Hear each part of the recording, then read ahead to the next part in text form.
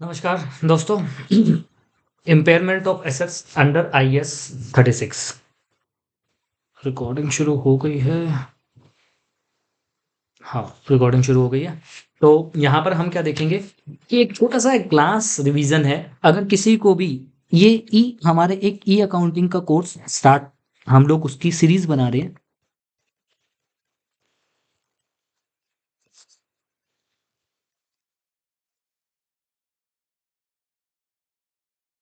Accounting या professional के course के नाम से हम लोग ये जनरेट कर रहे हैं। मैं CA Sumit Sharma, chartered accountant. आपको ये इस कोर्स के बारे में थोड़ा सा डिस्क्राइब कर देता हूँ। कोर्स नहीं, एक तरीके से प्रोफेशनल रिवीजन है। अगर आपको एक ग्लास रिवीजन चाहिए, कुछ थोड़ा सा इंटरव्यू की प्रिपरेशन के लिए, या फिर थोड़ा सा आप जानना चाहते हैं कि इसमें क्या है, या फिर आपके पास टाइम नहीं है उतना कि आप पूरा पूरा मोटा मोटा मोटा कि उसका वो ले लें कि हाँ इसमें क्या है, ओवरव्यू लेना चाहते हैं, तो जस्ट ओवरव्यू है। इसके अंदर थोड़ी-सी डिटेल है, लेकिन बहुत ज़्यादा डिटेल या फिर बहुत ज़्यादा चीज़ें हो सकता है इसमें ना हो। लेकिन हाँ, बहुत सारी चीज़ें इसके अंदर शॉर्टली कवर कर ली गई है और इंस्टेंटली आपको अगर उस चीज़ का रिवीजन करना है तो क्विकली रिवीजन हो जाएगा। 10 से 15 मिनट में कोशिश करेंगे हम रिवीजन करते हैं। आओ स्टार्ट करते हैं। Impairment of assets. इम्पेयरमेंट क्या होता है कि आपकी एसेट्स क्या हो रही है, सिग्निफिकेंटली डाउनफॉल हो रही है। एक तो एक डेप्रिसिएशन से आपकी एसेट्स डाउन हो जाती है। डेप्रिसिएशन के बाद भी आपका क्या हो रही है कि वैल्यू मार्केट में कम हो रही है। अगर वैल्यू मार्केट में कम हो रही है तो अब आपको उसको कैसे ट्रीट करना है, उसके लिए अगर आपकी ऑर्गेनाइजेशन पे IFRS लगते हैं। IFRS में 2 पार्ट होते हैं, हमने इंडेक्स में वो चीज़ देख ली है। IAS 36 अगर आपके ऊपर लगता है, IAS 36 क्या है वो समझते हैं। Definition scope of impairment. Impairment क्या होती है? मुझे लगता है कि आपको ये प्रॉपर विजुअलाइज हो रहा है। आप मुझे बता देना, अपने वीडियो कमेंट्स में ज़रूर डालना कि क्या-क्या प्रॉब्लम्स आ रही है या फिर आपको क्या-क्या फर्दर इनके अंदर रिक्वायरमेंट्स हैं। आइए, बहुत जल्दी से देखते हैं, क्विकली देखेंगे। Impairment of assets.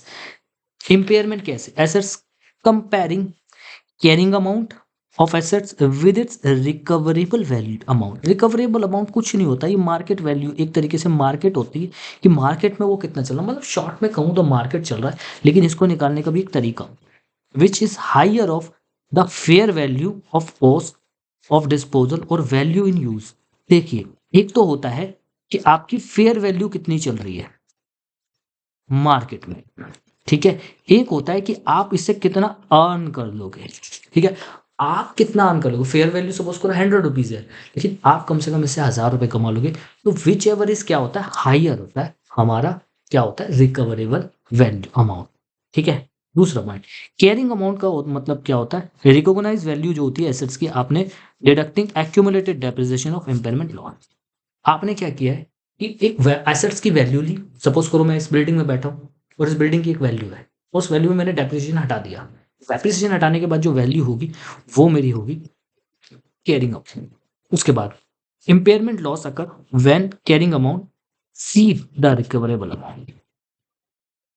अब क्या हो रहा है कि कैरिंग अमाउंट क्या हो रहा है, ज्यादा हो रहा है। मैं ये सोच रहा हूँ ये बिल्डिंग 10 लाख की है, मेरी बुक्स के हिसाब से कैरिंग अमाउंट ज़्यादा है, लेकिन एक्चुअल में मैंने मार्केट में पता किया या फिर मैंने इसका यूज़ पता किया, ये तो 2 लाख रुपए की है। तो 8 लाख रुपए का लॉस क्या होगा बाबूजी, ये होगा हमारा इम्पेयरमेंट लॉस, ठीक है। जल्दी से एनालाइज करेंगे। एप्लीकेबल कहाँ होता है, एप्लीकेबल होता है टेंजिबल एसेट्स पे। टेंजिबल एसेट्स पे होता है, इंटेंजिबल और फाइनेंशियल एसेट्स पे होता है with expectation for specific standard. Suppose आपको क्या, ऑल टेंजिबल इंटेंजिबल है financial assets with exceptions. Exceptions का दे रखिए, अगर वो कवर है IAS 2 में, 12 में, 19,945। अगर इनमें कोई एसेट्स कवर है, उसमें ट्रीटमेंट दे रखा है उसका स्पेसिफिकली, तो यहाँ कवर नहीं होगा, वो यहाँ कवर नहीं होगा, वो कहाँ कवर होगा, कहाँ कवर होगा, वो कवर होगा स्पेसिफिकली उनके स्टैंडर्ड में। जैसे एक होता है जनरल रूल। जनरल रूल हमेशा सबके लिए एप्लीकेबल होता है, सारे लोग आ जाते हैं, लेकिन पर्टिकुलर किसी एक आदमी पे हमने कोई रूल लगा दिया, नहीं तुझे तो ये करना पड़ेगा, तो वो क्या होगा, स्पेसिफिक। जैसे एक इंडस्ट्री पे एक रूल लग गया और एक कंपनी पे पेनल्टी लग गई। पेनल्टी सबके लिए नहीं है, लेकिन पार्टिकुलर कंपनी के लिए। तो इस तरीके से हम सोचेंगे कि एक जनरल रूल सब पे लगता है, एक्सेप्ट स्पेसिफिक रूल अगर कोई दे रखा है तो। This exception exist exceed the because दो स्टैंडर्ड ऑलरेडी प्रोवाइड रूल्स। जैसे मैंने बोला था कि उन्होंने रूल्स प्रोवाइड किए गए हैं रिकॉग्निशन के, except IFRS 5 which does not address the impairment.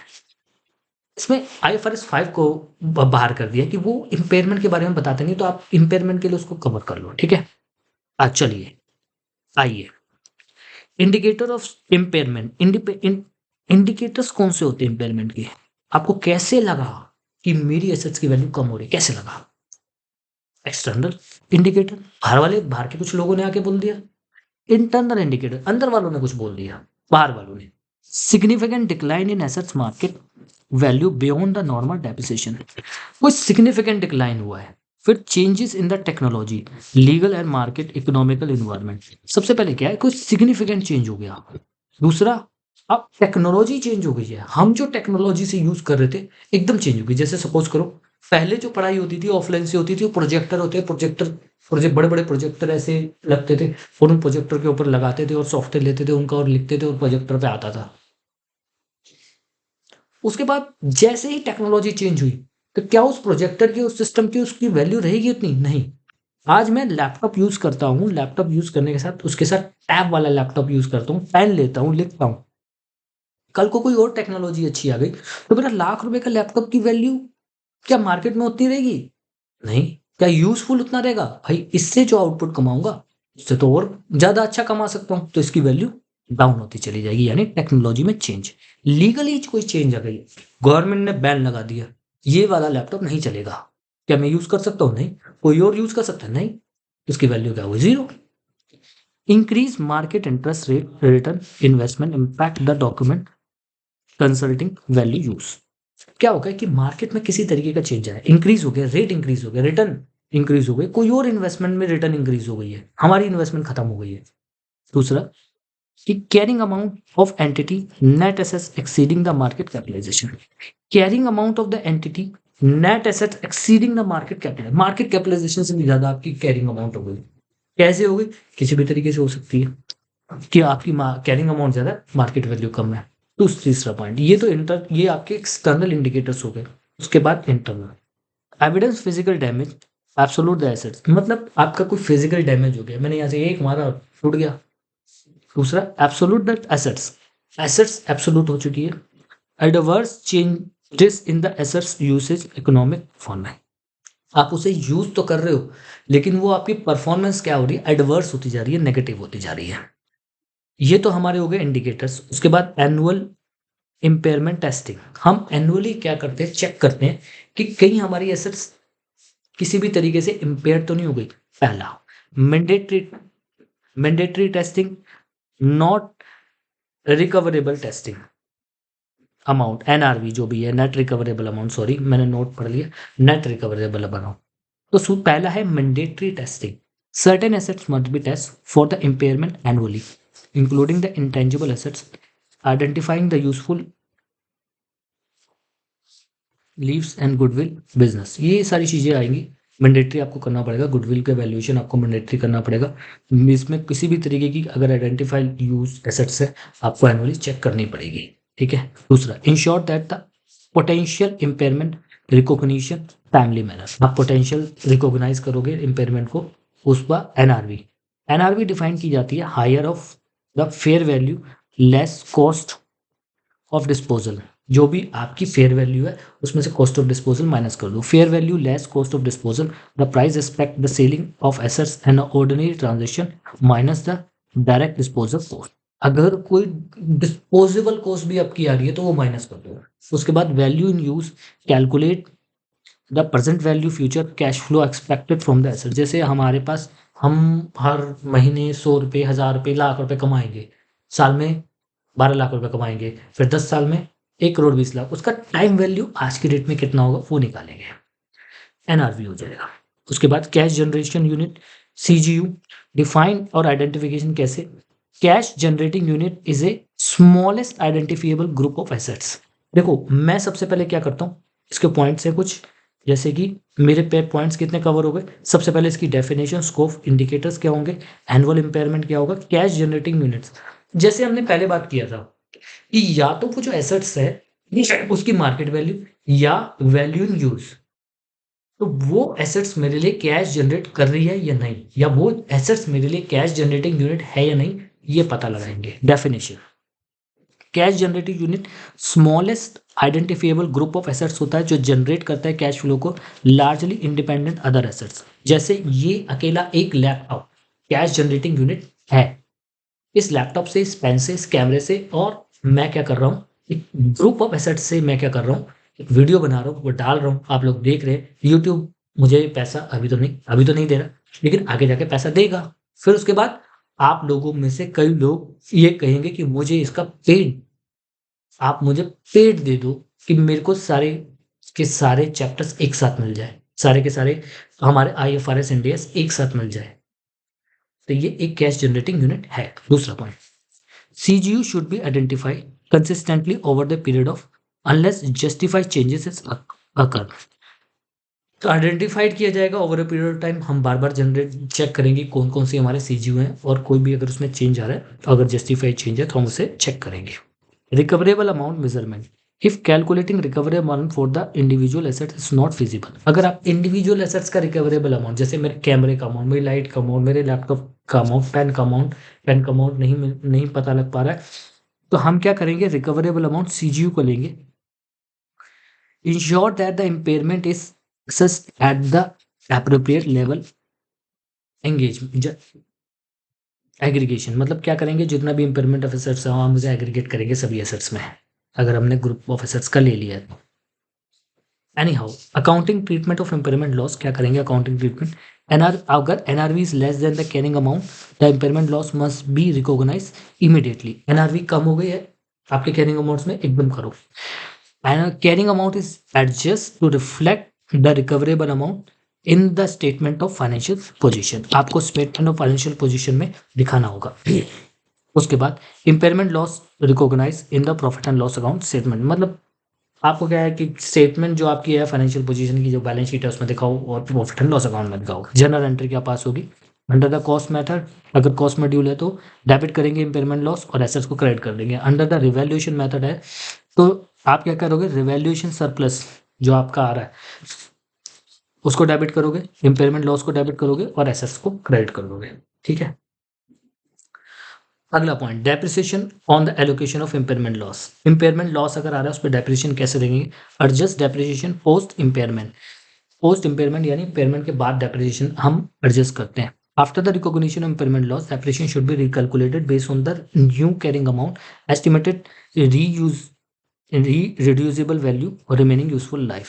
They ensure that the future depreciation reflect the assets adjusted value। तो हमारे future assets जो होंगी वो adjusted value पे होंगी, ना कि original value पे। Allocation impairment of loss CGU and the impairment loss CGU allocate the following। अगर CGU है तो कैसे allocate करेगी, क्योंकि उसमें बहुत सारी assets होंगी। Any specific identification impairment assets, any specification identification impairment assets, जो भी अगर कोई specific आइडेंटिफिकेशन है इम्पेयरमेंट एसेट्स का उसमें गुडविल में, नॉन करंट एसेट्स और प्रो डाटा बेसिस आप इस बेस पे कर सकते हो। सबसे पहले गुडविल में करते हो, कोई स्पेसिफिकेशन है जिस पे आपको करना है उस पे करो, या फिर non current assets as a pro rata basis पे करो। उसके बाद रिवर्सल ऑफ इम्पेयरमेंट लॉस, पहला condition reversal, counting for reversal general entry. सबसे पहले condition reversal and annual impairment assets required for the all the assets including those previously impaired. ठीक है, आपको रिवर्सल करना है तो रिवर्सल के लिए सबसे पहले हमें सब पे करना पड़ेगा जो प्रीवियसली इम्पेयर्ड हुई हैं। अगर NRV previously impaired assets exceed करती है कैरिंग अमाउंट से, reversal of the impairment loss में अकर, रिवर्सल अकर हो सकता है। उसके बाद अब carrying amount of the assets should be increase its new recoverable amount but can not be exceed the original carrying amount adjust depreciable. देखो आपने ओरिजिनल कैरिंग अमाउंट था आपका 1000, उसके बाद वो इम्पेयर हो गई, वो हो गई 500, तो आप कितना एडजस्ट कर सकते हो 500, यानी कि इसके अंदर सिर्फ 500 प्लस कर सकते हो, उससे एक्सीड नहीं कर सकते। Not exceed the original carrying amount adjust before the depreciation. ठीक है। गुडविल इम्पेयर यानी कि total 1000 use. Goodwill empire loss can not be reverse substantive period, subsequent period. Goodwill आप क्या कर सकते हो, गुडविल को कभी भी आप क्या कर सकते हो, आप लॉस क्या कर सकते हो, वापस वो नहीं कर सकते, उसके ऊपर इम्पेयर मतलब रिवर्स नहीं कर सकते। जो लॉस आपने गुडविल को खत्म कर दिया, गुडविल खत्म हो गई, फिर से कहो कि हाँ नहीं गुडविल फिर से क्रिएट हो गई, ऐसा नहीं होगा। गुडविल एक बार खत्म हुई, खत्म हो गई।